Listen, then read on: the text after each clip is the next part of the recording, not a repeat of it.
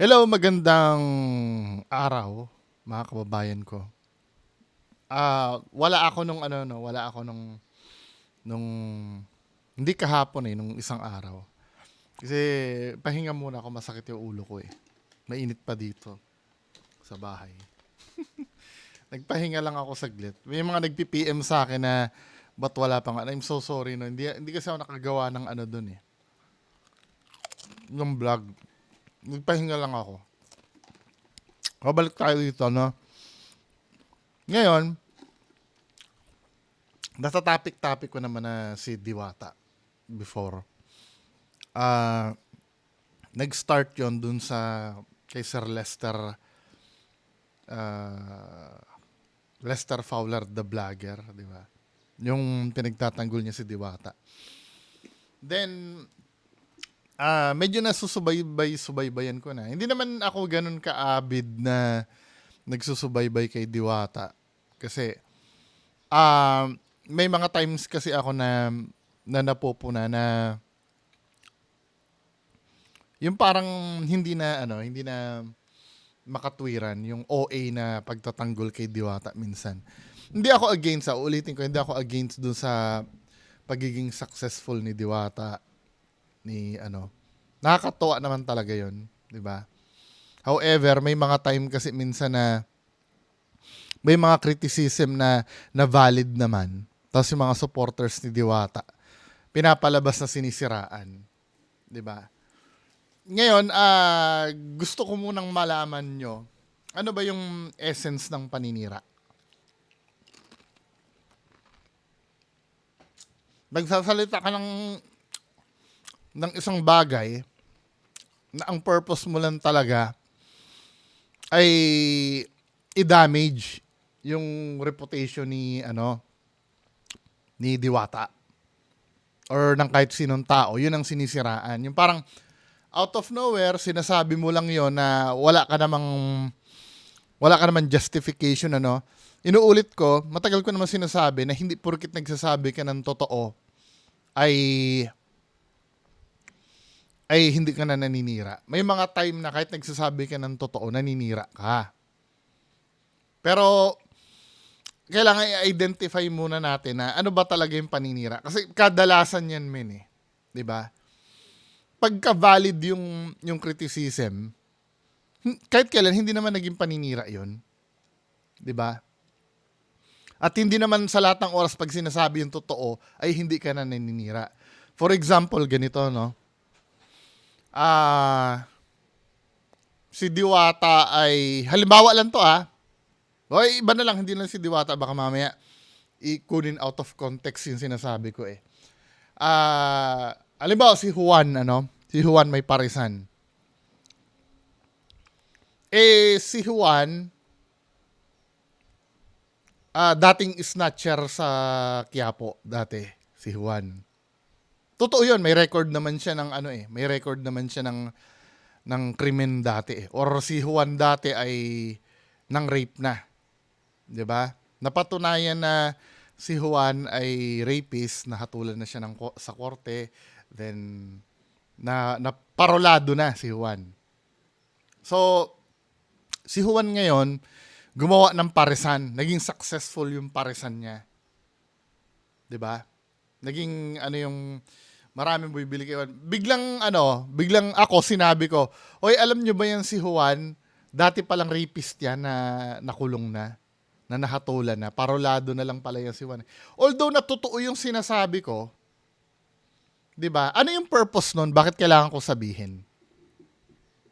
Nawala naman akong ano ngayon kung dati siyang rapist na parolado o ano. Nagigas yung ibig sabihin ng paninira. Totoo yung sinasabi ko May court record naman na si Juan ay nahato. Kaya lang, bakit ko kailangan sabihin yon? Ano yung layunin ko? Para sabihin ang isang bagay. 'Di ba? Malicious kasi yun eh. Yung para bang may purpose ako, kaya ako sinasabi yun para mawalan kayo ng gana kay Juan na sumuporta. Na siya pala ay isang dating rapist, dating yung sinasabi ko na bagamat totoo, pwede kang kasuhan ng libel nun eh. cyber libel nun eh. Paninira na talaga kasi iyon. Parang wala namang kinalaman yung doon sa negosyo niya na yung pagiging rapist niya dati. Bakit kailangan i-ano mo? Or kahit yung ano niya, yung personal na ano niya na problem niya. Halimbawa, siya ay may putok, 'di ba? Sasabihin mo, alam mo ba yan si Juan may putok yan? Na wala namang kinalaman doon sa paresan niya min eh. 'Di ba? Sana naiintindihan nyo yung ano yung paninira. Pero halimbawa, may paresan siya paresan yung topic natin. Magbibigay ng opinion yung magre-review. Para sa akin lalo na kung subjective pa. Ang subjective kasi opinion yun eh. Hindi mo pwedeng kontrahin yun. Yung subjective. Lahat tayo may karapatan na mamahayag. 'Di ba? Kapag sinabi ko nag-review ako, alam mo, kasi ang opinion, malalaman mong opinion yan kapag nagsabi ng para sa akin lang naman. Di ba? Hindi mo pwedeng kontrahin yun eh. Just like saying na ang pinakagwapong bata sa buong mundo ay ang anak ko. Di ba? Hindi mo pwedeng kontrahin yun. Kahit ba naman mukhang duwende yung anak niya or ano yun, sa kanya gwapo yun eh. 'Di ba? Hindi mo pwedeng kontrahin 'yon. Ngayon, pagdating naman dun sa panlasa niya regarding sa ano ni Diwata. Kung para sa kanya ay kasi lahat tayo may pinagbabasihan eh. Perfect example diyan yung na-mention ko dati na sa Jollibee yung spaghetti nila. Tayo mga Pinoy, sanay tayo sa sa spaghetti na matamis. Kapag nakakain ka sa Italian restaurant ng spaghetti maasim, sa'yo, hindi masarap yon. Kaya pag magsusulat ka ng review, guys, dito sa restaurant na Italian na to, kung kayo ay nag-e-expect ng spaghetti na Pinoy style, hindi nyo makukuha dito. Hindi kayo masasarapan. Kasi ang spaghetti dito ay Italian style, maasim. Paninira ba yon? Hindi. 'Di ba? Pero kung kayo naman ay gusto niyo ng yung nakasanayan yung spaghetti, pumunta kayo sa Jollibee. Doon matamis talaga. Nagigets niyo yung ibig ko sabihin? Parang nangyayari kay Diwata guys, kung ine-expect nyo na malasa yung kakainin para sa amin kasi nakukulangan kami sa lasa. 'Di ba? Para sa amin. 'Di ba? Kahit pa sabihin niya na na kahit wala siyang word na para sa amin at nung natikman niya na walang lasa, automatic para sa kanya yun dahil siya yung tumikim eh. May kalayaan siyang ihayag kung ano yung panlasa niya dun sa dun sa natikman niya. 'Di ba? Hindi paninira 'yon. Hindi paninira 'yon, men. Kasi yun ay review. 'Di ba? Pwera na lang kung nagsabi yung nag-review doon ng mga bagay na hindi naman totoo. Katulad nung, halimbawa, pumunta doon may ipis yung sinerve sa akin na pares. Lumalango yung ipis. Wala naman siya maipakitang ebidensya na may ipis talaga. Kasi iyon, hindi na subjective, objective na yun eh. 'Di ba? Kailangan patunayan niya na yun. Na may ipis talaga nakita doon sa sinerve sa kanya. 'Di ba? At pag wala na siya mapatunayan, yun yung paninira. 'Di ba? Wag niyong pag negative kasi ang sinasabi, automatic sa inyo paninira na eh. Now, bakit ko nililinaw yan? Yung ganyang bagay. Kasi parang diyan na naman ulit tayo hahantong eh. Diyan sa paninira issue na yan eh. 'Di ba? So, ito, napanood ko yung vlog ni Makagago. Siguro, most of you, natutoxican kay Makagago, Pero you can't deny the fact na may point siya dito. Sa sinabi ni Makagago. Panoorin natin to, mga men. So what's up sa mga kahombre ko dyan? Makagago, what's up, man, na naman nga pala to. At syempre, mga kahombre ko, alam nyo na kung kanino ito. 'Di ba? Marami nagsasabi na nakikisawsaw to, pero wala eh. Ang pinag-uusapan niya kasi yung issue sa public at yung nagtitrending sa public. At hindi masama 'yon. Yung ganong uri ng content. Maliban na lang kung puro libelous ang sinasabi nito na walang ano. Ang magdedetermine nun yung tinatopic niya kung libelous yun, i-demanda niya. Video at kung para saan ba talaga tong video na to. Gusto ko sa inyo na ipakita kung ano yung pinagsasabi ko this past few weeks. Tayo po ay bumalik kay Diwata. Finally, nakinig na po si Diwata sa sinasabi ni MG na siya ay gumawa na ng sarili niyang account. Ito yung kanyang Facebook account, gumawa na siya, no, talaga. Ito yung nag-start do sa issue na di umano ginagatasan daw si Diwata isang vlogger. 'Di ba? Na araw-araw siya yung kino-content na supposed to be yung content na yon ay dapat si Diwata ang nakikinabang. O may mga bobo tanga-tanga na naman diyan na magkukumpara sa akin na ginagawa ko sa Ghost Hunter. Ang ginagawa kasi nung gumagatas kay Diwata, yung pag-content niya kasi as if siya yung official na vlogger ni Diwata. Nagigets nyo? Siya yung dinodocument niya araw-araw yung mga nangyayari dun sa na yung kung tutuusin, yun ay na yun eh. Parang na ni Diwata, unang-una, yung kino-content kasi nung vlogger na yon ay pag-aari ni Diwata yon. Hindi naman siya nakakuha ng scoop sa public at shinare niya. Nagigasi ibig ko sabihin? Kasi ang unang pananaw ng mga tao diyan, bakit ikaw yung mga Ghost Hunter pinagkakakitaan mo? Yun naman ang unang sasabihin eh. Yung mga pinalabas ng mga Ghost Hunter, nilagay nila sa public 'yon. Pag nilagay sa public 'yon, subject for for scrutiny.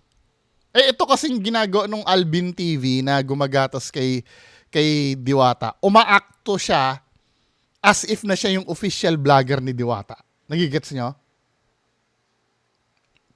Yung parang yung first hand siya yung parang hindi naman siya kumuha ng kay Diwata, parang siya mismo yung nagvi-video kay Diwata doon at siya yung nagpapalabas. Parang ganito kung ikukumpara niyo sa ginagawa ko sa mga Ghost Hunter, parang ang gagawin ko halimbawa habang si Kuya Red ay nag-e-explore, binibidyohan ko sila Kuya Red na nag-e-explore. At yung pag-e-explore ni Kuya Red, yun ang i-upload ko sa sa vlog ko. 'Di ba? Ganun dapat kung ikukumpara nyo ko. Pero ang problem kasi dito, kumita yung vlogger sa kakapuri kay Diwata, kaka-update ng mga nangyayari kay Diwata. Na kung yun ang ibibintang nyo sa akin, na pinagkakakitaan ko yung mga Ghost Hunter, di sana pinuri ko ng pinuri yung mga yon. Hindi nga ako kumita-kita sa mga yun. Hirap nga ako maka-1,000 ng views sa mga Ghost Hunter na kino-content ko eh. Di ba, men? Sana naiintindihan nyo yung part na yon. Dahil kung style ni Alvin TV ang gagawin ko, araw-araw kong i-review yung ginagawa nila Kuya Red at pinupuri ko yon. At ako mismo yung pupunta ako kila Kuya Red at bibidyohin ko sila at ako mismo yung mag-upload sa channel ko. Pero hindi men eh. Criticism kasi yung ginagawa ko. At hindi effective yon para kumita. Dahil kung gusto kong gatasan sila Kuya Red, sila Donsky, pupurihin ko yan, maniwala ka sa akin. Baka nga mga sponsor ng mga yan, mapunta na sa akin eh. Sa kakapuri ko sa mga yan eh. Sa kakapromote ko sa mga yan. Diba? Hindi eh. Na ang tinatawag na Diwata Pares over fans page. Diyos ko. So, ang pangit pa nung pagkakapangalan niya, Diyos ko, Diwata, gawin mo naman to ng ayos. As you guys can see, ang dami niya ng pinag-a-upload na video niya, which is very good. Very good, Diwata, no? Nagagawa mo na lahat. lahat. May views ka pa, 31,000, 80,000, so 2.8 million. So you are making it quite big, no? Itong 2 days, 1 day upload niya to almost 3 million views. Then isang 322. So you are making it quite big. So finally, namamonetize mo na yung sarili mo. Which ayan lang naman talaga yung gusto kong ibig kong ipahabot sa'yo, di ba? Tapos may YouTube channel ka na, hopefully mamonetize mo na din yan very soon. Ang problema, Diwata, it's coming to an end. Oo nga. Mapapansin nyo, mga kahombre ko, na yung mga page nung una sa lahat, yung pinuntarya natin, yung RTV. Tingnan nyo, ang mga views niya kay Diwata, 12,000, 6,000 one day ago, 16,000 one day ago din. Ang baba na nga Kasi nagkakaroon na ng fatigue dun sa issue eh. 'Di ba? 11,000. Isang 400,000 pero konti lang to. 80,000. Definitely, mahina na. Yung Alvin TV, mahina na rin. Yung upload niya nito, 100 plus thousand lang. Tapos, yung mga 2 days ago, 1.1 million. Then, nung siya naman ulit, kay Diwata ulit ko na 265k na lang. Baba na, Yung kay Otlum, ang tagal na nito. April 22 pa, 1 million. Yung pinakamalakas niya last was yung kay Rendon pa, April 20, mga boss, it was 10 days ago, 4 million views. And that's gonna be it.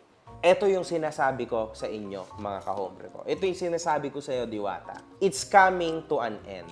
Your era is coming to an end now. Mararamdaman mo na rin ngayon na bababa na yung sales mo, kumokonti na yung pila, nalalaos ka na. It's coming to an end. Exactly tulad ni... Oo nga totoo 'yan. 'Di ba? Kasi hindi naman sa lahat ng oras ito kasi nagiging problem sa mga supporters niya rin kasi may problem eh. Parang kayo kinukonsinti nyo si Diwata na hindi makinig sa criticism. Kayo na rin na nagsusulsol na sinisiraan ka lang yan. No. Ito kahit pa sabihin mo, let's say sabihin mo na ang goal nung nag-review ay talagang siraan ka. Mag-ano ka rin, mag-reality check ka rin. Valid ba yung yung sinabi nitong reviewer na to na walang lasa? Kasi anong nangyayari? Pagka may narinig si Diwata na hindi maganda, maghahanap siya ng tao na magsasabi na maganda. Na which is kabulshitan na hindi valid 'yon. Dahil ikaw yung bias yun pag ikaw yung nagtanong o masarap ba yung luto ko o hindi. Siyempre, ikaw si Diwata. Sasabihin naman masarap talaga dahil ikaw mismo yung nagtatanong. Invalid yun. Dapat ka rin ng ibang tao para ma-verify yung hindi kilalang tao na galing sa'yo. 'Di ba? Kasi mapapansin mo yun kahit nice yung kumakain. Siyempre sasabihin, hindi ka dapat makukontento sa sagot na okay lang. 'Di ba? Pag sinabi kasing okay lang, 'di ba? Ka dapat ayoko ng okay lang. Dapat may improve pa ako. Ibig sabihin, hindi talaga masarap. Kasi pag sinabi kasing okay lang, hindi nasarapan yan, maybe naging nice lang sa'yo yan para hindi ka masaktan. Ang problem kasi, yung mga supporter mo din, konsentidor. Pagka nakakarinig ng mga negative, instead na hikayatin nyo lalong i-improve pa ni Diwata. Kasi hindi naman talaga paninira kahit kailan ng review Ito kapag sinabi ba na hindi masarap yung yung parasan niya, yayaman ba yung nagsabi nun? 'Di ba? Ano ba mapapala nung nagsabi na hindi masarap yung yung pares niya doon? Milyones ba ang makukuha nun? Pag sinabi niyang hindi masarap yung paresan ni Diwata? Nababash nga yun 'Di ba? Hindi ba para kumita yung nagsasabi na yung nagre-review, 'di ba dapat positive yung sabihin niya para gustuhin niyo siya, marami siyang views, maraming manood. Kasi nakakabwisit na yan yung dahilan na sumisikat kasi kaya pinapabagsak. Putang ina, sino ba yan si Diwata? Hindi tayo, sino ba yan? Bakit kailangan pabagsakin yan? Kaya bumagsak o umunlad naman, hindi naman nakaka-apekto sa pag-unlad ng Pilipinas yan eh. Di ba? Bakit ganun kayo mag-isip? Kasi umaangat, pinapabagsak. Bakit siya kailangan pabagsakin? Anong mapapala pag pinabagsak si Diwata? Masasagot nyo ba? Hindi ko naiintindihan yung ano. Actually nga, yung mga nagsasabi pa yata ng totoo na hindi masarap yan, baka mamaya yun pa yung may layunin na tulungan si Diwata eh. Para ma-improve siya eh. Ni Daga, yung nagbebenta ng hotdog dati, di ba? Super hype siya. Hindi ko lang alam kung kamusta na siya ngayon. Wala na nagwa-vlog about him. Wala na. Nakalimutan na ng lahat sino si Kuya Daga. Madami pang mga ganyan na si Dante Gulapay. Yes, di ba? Ang dami nang nagba-viral na ganyan na at first, inspirasyon siya. Mga ganun eh. Ngayon, mga kababayan, katotohanan to ha. Ko si Madam Inuts. Nag-check ako kay Madam Inuts this past few Madam days. Inuts din, ganyan din. Ko na wala na. Bagsak na yung kanyang views. Nagbebenta na siya ulit exactly like before. That's it. Marami pa dyan, mga influencer. Ako rin. Even ako. Kung papansinin niyo yung YouTube channel ko. Ako rin. Kahit ako din. 'Di ba? May time na nakaka 10,000 views ako pero not always. 'Di ba? Kasi ano yan eh, yung ganito yan men sa din sa content mo din yan kung sustainable ba yung content mo. Yun dapat yung iniisip nyo eh.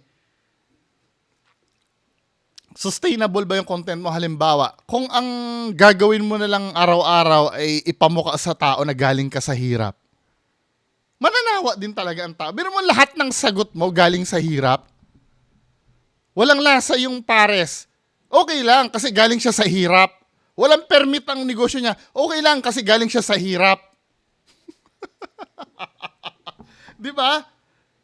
Parang walang walang kwentang dahilan, puro galing sa hirap. 'Di ba?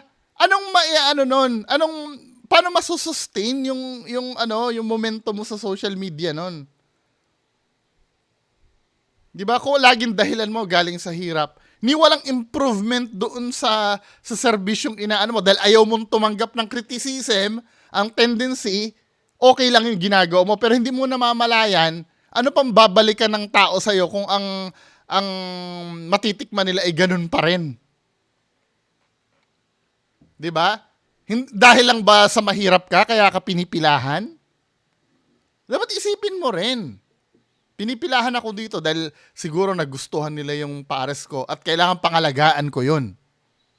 Ayaw ko dapat na makakarinig ng hindi masarap yung pares ko in a way na i-improve ko yung luto ko. Gawin yung tool yung kahit ba naman kupal yung nag-review sa inyo eh. 'Di ba? Mag-experiment ka ng random na tao. Alam mo, madaming pwedeng gimmick dyan sa kay Diwata na yan eh. Halimbawa, may basher sa kanya na sinasabi na hindi masarap yung pares niya. Ang gawin niya, siya ng undercover, tapos pumunta siya sa ibang lugar at ipatikim niya yung pares niya. Hindi niya sasabihin na si Diwata. Interesting yun para sa mga tao. 'Di ba? Interesting yun sa... Uy, ano kaya yun? Ano kaya ang sasabihin ng mga 'di ba? Kailangan nag-iisip din ng bago eh. Kasi kung paulit-ulit na lang, ang papanoorin lang sa'yo, nagsiserve ng pares, tapos kada tanong sa'yo, kasi galing sa mahirap. Wala talagang hindi sustainable yung mo. Katulad yung mga sinabi niya, yung si Daga daw, 'di ba? Ano pa after ng inspiring story ni Daga? Nagbebenta ng hotdog. After nun, wala nang may offer. Kasi wala nang bago eh. Si Dante Gulapa, yung sumasayaw-sayaw ng ganon. After niya magsasayaw-sayaw ng ganon, ano pa yung kaya niyang i-offer? Wala na. 'Di ba? Madam Inuts din. 'Di ba? Actually, may potential si Madam Inuts eh. Maganda si Madam Inuts at the same time, may may natural siya na pagkakomedyante. Ang problema, paulit-ulit niya lang ginagawa yung ginagawa niya, di ba? Makipagkulitan doon sa mga, wala. Darating ang time kasi, hindi nakikita yun eh. Kaya pagka nasa social media ka, kailangan talagang sa ayaw at sa gusto mo, kailangan mong gumawa ng bago. Di ba? Kung talagang gusto mong kumita dito sa social media. Di ba? Kung priority mo talaga ang makilala dito or kumita dito, gumawa ka ng bago. Sasabihin naman, bakit ikaw? Dito kasi men, ang goal ko dito, magkalat lang ng awareness. Secondary na yan. Kung makilala man ako, hindi ko naman pagbabawalan silang kilalanin ako. Di ba? Pero hindi ko naman priority. Ang pinag-uusapan dito, priority eh. Yung pagkita dito sa social media, bonus na lang yun para sa akin. Kung halimbawa, may revenue yung kasi hindi naman yun ang priority ko. Tandaan nyo, word priority ha. May mga bobo na naman magsasabi dyan na hindi mo pala priority ang kumita pero nakamonetize yung mga video mo. Gago. Priority ang pinag-uusapan. Priority ko, magkalat ng awareness. Secondary na yan kung may revenue do sa video ko. Kumbaga bonus na yon. Kung dumami man ang subscribers ko, bonus na yon. Dahil alam nyo, kung ang layunin ko talaga ay kumita dito at dumami ang subscribers, hihimurin ko lahat ng puwet ng mga taong sikat. Hihimurin ko yung puwet ng mga YouTuber na matataas ang subscribers. Hindi ko sila kukontrahin. Yun ang priority ko, sumikat tsaka kumita eh. 'Di ba? Tandaan nyo, word na priority ha. Priority. Hindi ko sinabing ayokong magkaroon ng revenue tong channel ko. 'Di ba? Kahit pa paano, pambayad man lang ng kuryente, okay na. 'Di ba? Or pambili ng mga gusto ko, okay din naman. 'Di ba? Pero hindi naman kasi yun ang priority. Priority. It's like saying na halimbawa, sa isa kang estudyante, ayoko munang mag-girlfriend or boyfriend. Ang priority ko makatapos. Does it mean ba na hindi ka na mag-girlfriend or boyfriend habang buhay? Priority mo lang na makatapos. Kung dumating man yung boyfriend o girlfriend na yan along the way, okay lang, chill lang tayo. Pero ang unang goal ko, makatapos ng pag-aaral. 'Di ba? Hindi ko, ang priority ko, gawin yung assignment ko. 'Di ba? Hindi ko priority ang mag-Mobile Legends. Does it mean ba hindi ka na mag-Mobile Legends? 'Di ba? Kung may extra time ka lang, halimbawa tapos mo na yung assignment mo, yung homework mo. Kung may extra time ka lang, ayun, ano ba naman yung maglaro-laro ka? Parang dito sa YouTube, after kong sabihin lahat ng expose, lahat ng gusto kong sabihin na peke yung mga ina-idol nyo, kung yung video ko na yung kumita, di okay din lang. Kung hindi, di okay din lang. Ano gagawin ko? Hindi kumita eh. 'Di ba? Dahil kung priority ko, pipilitin ko talagang kumita. No matter what kabulshitan ang sabihin ko dito. 'Di ba? Pipilitin ko talagang kumita.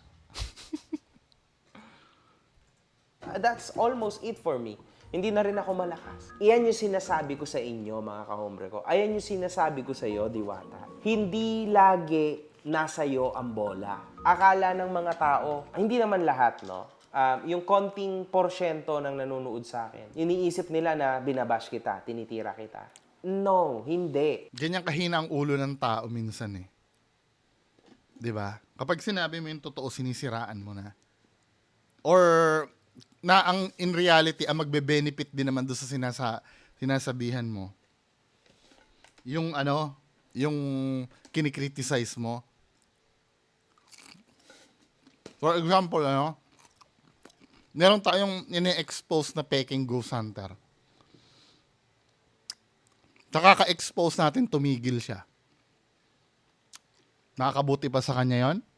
Makakabuti sa kanya yon. Paano kung ipagpatuloy niya yan, makahanap siya ng katapat niya, nabubudulin niya. Yari ka doon. Yari siya doon. 'Di ba? Pero hindi ko naman pinipigilan sila na mag-ano diyan eh. Kahit kailan wala akong pinigilan na kinikriticize ko.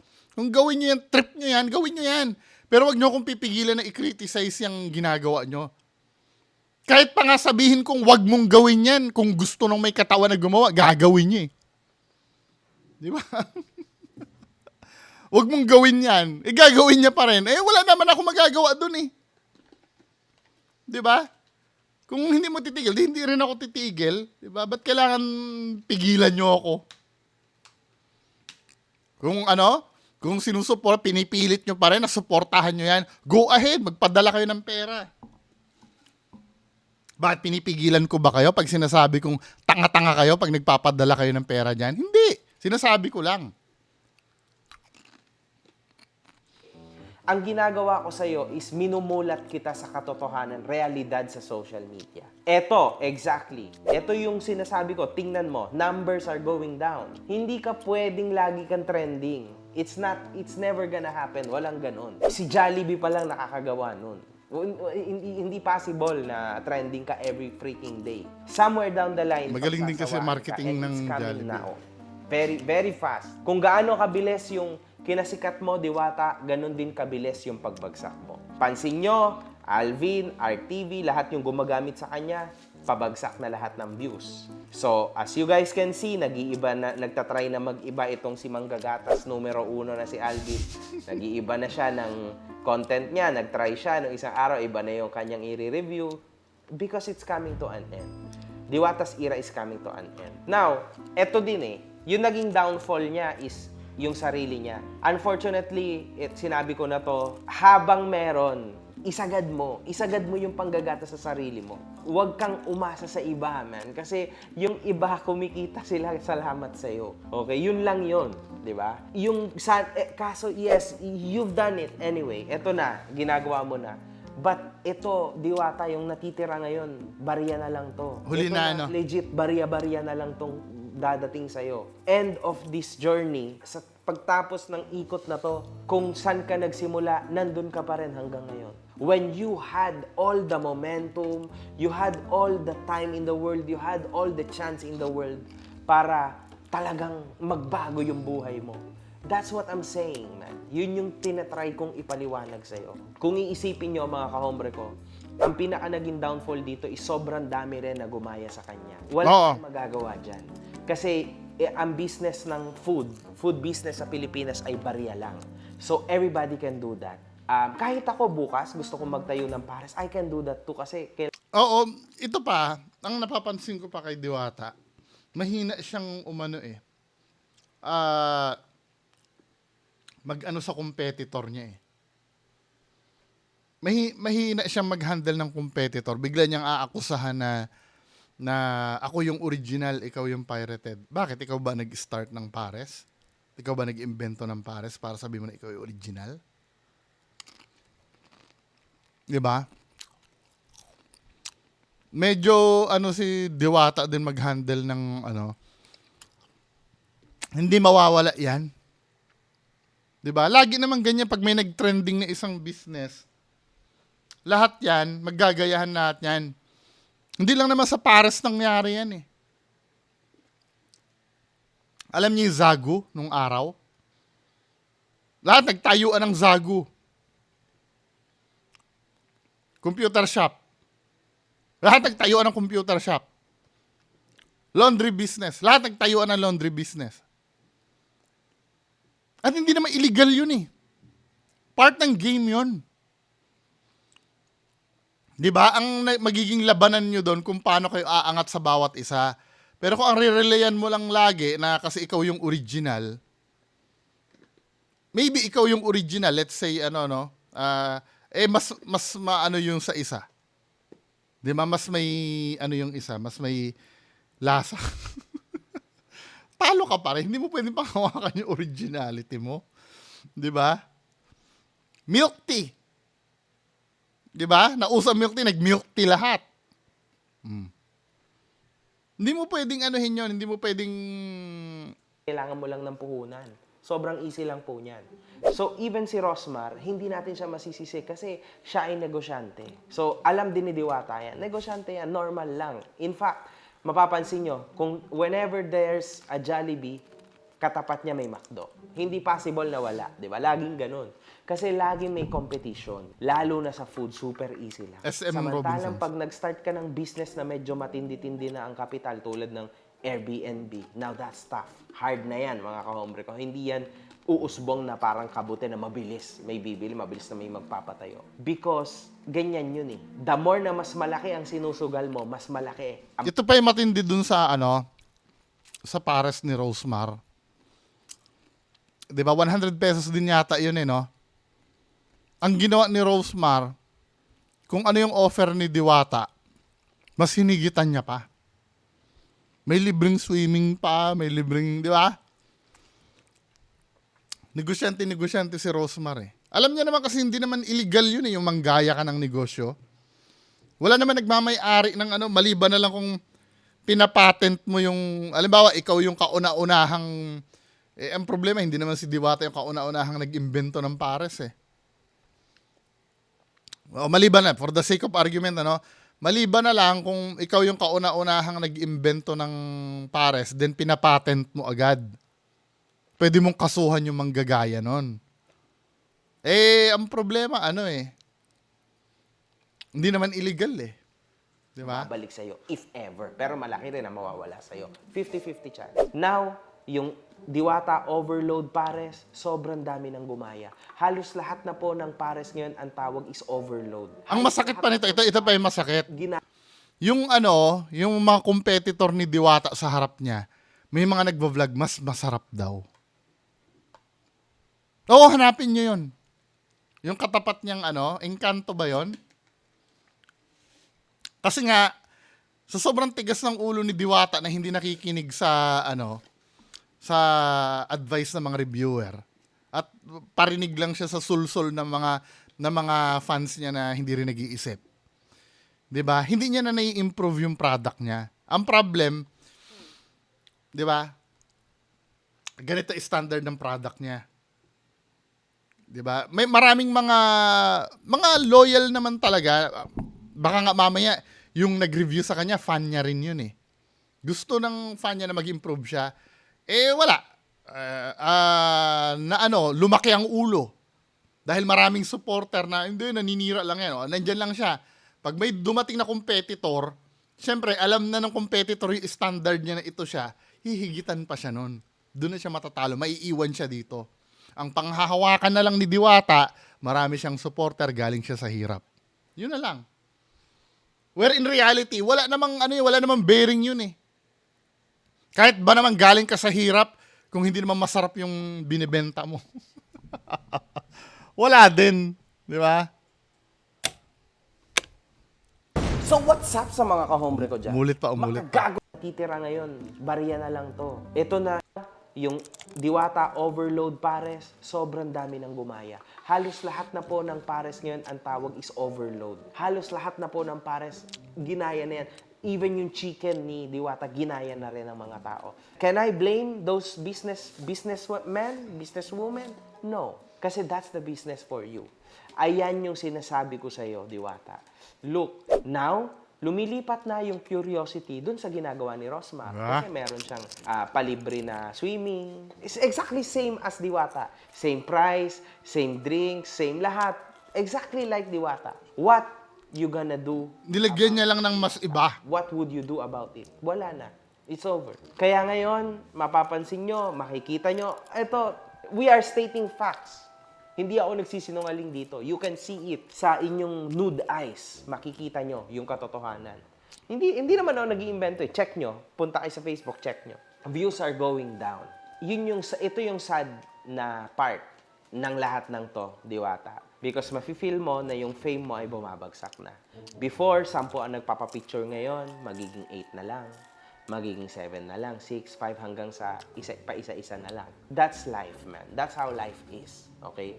Kahit hanggang kay Ann Curtis, ganyan din. Nangyayari din talaga yan. I think, para sa sarili ko, na ngayon, it's quite too late now to build a social media team. Hindi ako sure, ewan ko. Pero Ako, for me, feeling ko hindi pa naman. Kaya pa. Mainit-init pa naman si Diwata eh kayo. Tatanungin ko kayo. Kaya pa ba ni Diwata? Na tingin ko kaya pa naman. Marami pa naman sumusuporta eh. Although na totoo yung sinabi ni Makagago na pabagsak na. Pero feeling ko kaya pa yan. Lalo na kung magaling yung yung PR team na na gagawin, yung makakapag-isip. Actually, feeling ko yung paturtur niya sa General Santos, may nag-advise sa kanya, maganda yun. Yung papunta siya sa sa ibang lugar. Pumunta niya siya Mindanao, di ba? Si Diwata. Okay yun. Feeling ko hindi pa naman siya huli. Di ba? Siguro, magiging challenge kung paano siya paangatin uli, no? Pero feeling ko hindi pa huli. Kaya pa. Kaya pa naman. Kahit pa paano, so you can still do something. Pero yung hype nung before, definitely no. Oo. Para mas crack mo talaga ng to. Yung katulad nung dati, hindi na. Maliban na lang kung maglulungsad siya ng bagong product. Pwede. Halimbawa, Diwata's Burger. Yung ganon. Pwede. Pero kung same old, yung magre-rely lang siya sa pares. Kasi kung halimbawa may gagawin siyang Diwata's Burger, yung mga tagahanga niya maku-curious na naman eh. Di ba? Siya ng bagong product siguro. Todo, yung fame mo. Kesa naman wala. Do it. Pero yung next step mo, Diwata, ay to branch out. And that's what you're doing. I see you. I see you doing it. Pero nalulungkot pa rin ako, man. Ayoko na magsalita ng kung ano-ano pa. Baka isipin. Maganda yun, yung magtayo siya. Let's say, pumunta ka ng, yung mga food park na saan ba may food park? Alam ko sa Malolos meron eh. Kahit testing ka lang 1 week, di ba? Ipatikim mo yung Diwata para sa pipilahan yan doon, men. Sikat ka pa eh. Di ba? Huwag mong patayin yung meron ka pa, may ibubuga ka pa. Tama yun. Kung sino nakaisip, sabagay in-invite siya dun sa in-invite siya sa General Santos, di ba? Gawin niyang sa pumunta siya ng Malolos, Bulacan, saan pa ba may food park? Alam ko Bukawi may food park din eh. Pipilahan niyan doon. Yung mga hindi nakakapunta sa kanya, most of them sa province. Nueva Ecija, Pampanga, di ba? Kasi kung may stock siya doon sa Pasay, doon lang siya, at doon din siya mamamatay, medyo sayang. Kino-curse ko si Diwata. I'm just stating facts. Yun. So, hopefully, yung mga nanggatas kay Diwata ngayon, ipakita nyo talaga sa mga tao na legit talaga, na sumusuporta talaga kayo sa kanya. Tingnan natin, mga kahumbre ko. Ayan na, malapit na ha. Sobrang lapit na. I thought it was another month. Pero no, it's quickly dying now. Ako, Diwata, wala akong iba na gusto. Kaya ako to ginawa, kaya ako pinagagawa lahat to. Wala akong ibang gusto kundi sumikat ka palalo. Actually, hindi sumikat eh. Kasi you're falling. Everybody will fall. I know that. Gusto ko is ikaw yung gumata sa sarili mo. Ikaw yung pumera sa sarili mo, hindi ibang tao. Yun lang sanang gusto ko. At sana makilala ka dahil doon sa produkto mo.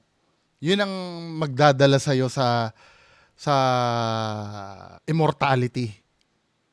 Kailangan makadevelop ka na ng signature na na lasa ng mo. Katulad ng Barrio Fiesta, di ba? Signature nila yung kare-kare.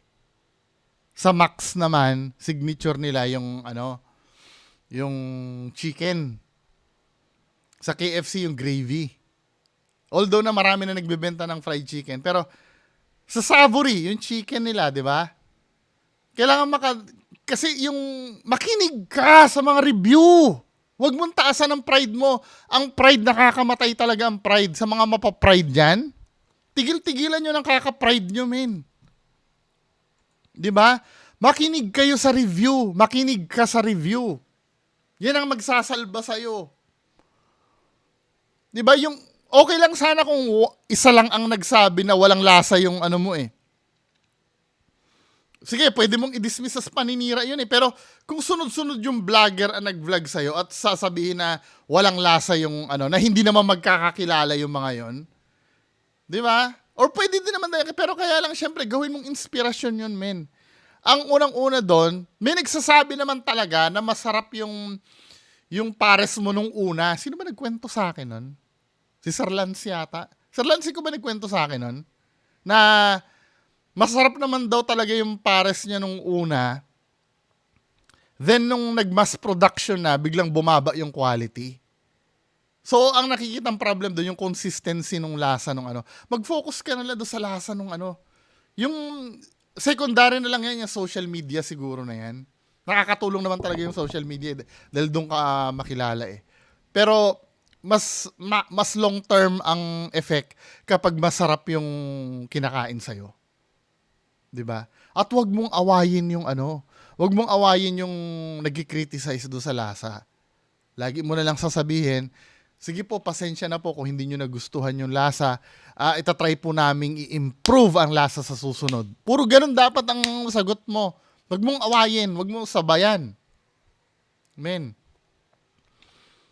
'Di ba? At wag ka magpasulsul dun sa mga nagsasabi na ano na supporter mo kuno na sinisiraan ka. Hindi ka sinisiraan. Kini-criticize ka lang. Anyway, mga kababayan ko, yan lang po ang napag-usapan natin ngayon. Maraming salamat. Bye-bye.